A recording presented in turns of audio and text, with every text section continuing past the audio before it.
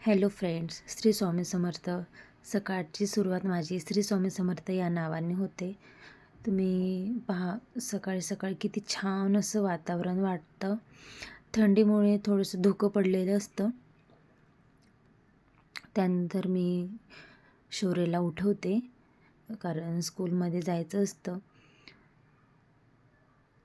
थंडीमुळे मुलं कसं उठायला पाहत नाही, पण उठावं तर लागतं, कारण शाळेमध्ये जावं लागतं त्यांना. तर तो म्हणतो, मम्मी थांब नको, 5 मिनटं थांब नको. त्यानंतर मी पाणी वगैरे गरम केलं आणि उठला तो. ब्रश वगैरे केलं त्याने.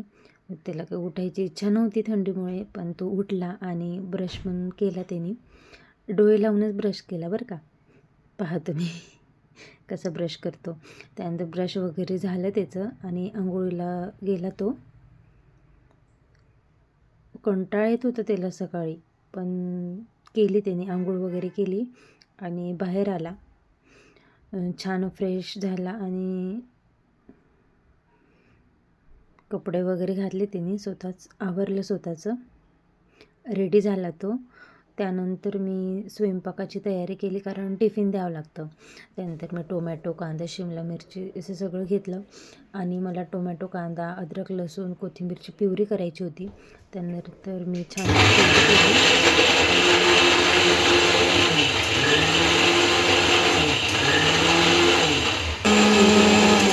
माझी.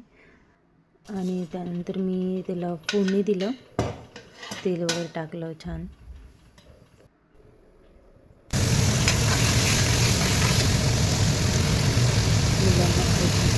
भाजी करून पालक पनीर वगैरे आणून दिलं होतं, कारण सकाळी खूप घाई असते. तर मी भाजीला छान असं फोडणी वगैरे दिलं. त्यानंतर कणिक वगैरे मळून घेतलं. त्यानंतर कणिक मळून झालं माझं आणि भाजी पण इकडे रेडी झालेली होती. तुम्ही पहा, भाजी वगैरे झालेली आहे. आणि नक्की सांगा कोणाकोणाला पनीरची भाजी आवडती. त्यानंतर लेकरांना ब्रेकफास्टसाठी आप्पे खायचे होते. आप्याचं पॅन वगैरे गरम करायला ठेवलं. त्यानंतर मी पोळ्या वगैरे करून घेतल्या. आप्पे पात्रामध्ये सारण वगैरे टाकलं. त्याला छान थोडंसं वेळ लागतो व्हायला, त्याच्यामुळे मग थोडंसं त्याला वाफायला वगैरे ठेवून दिलं. त्यानंतर इकडे आप्पे तयार झाले वाफून. त्यानंतर मी मुलांचा टिफिन वगैरे भरला लंचचा, आणि ब्रेकफास्टसाठी आप्पे दिले होते त्यांना.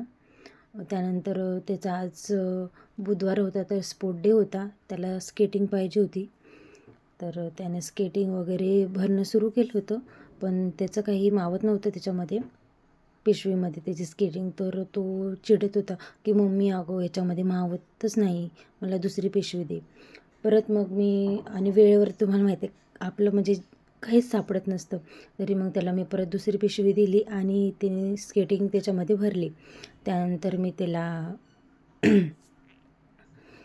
दूध वगैरे प्यायला दिलं, आणि तो काही असं खायला पाहत नाही काजू बदाम, त्याच्यामुळे मी त्याला छोटंसं असं याच्यामध्ये डब्बीमध्ये देते त्याला.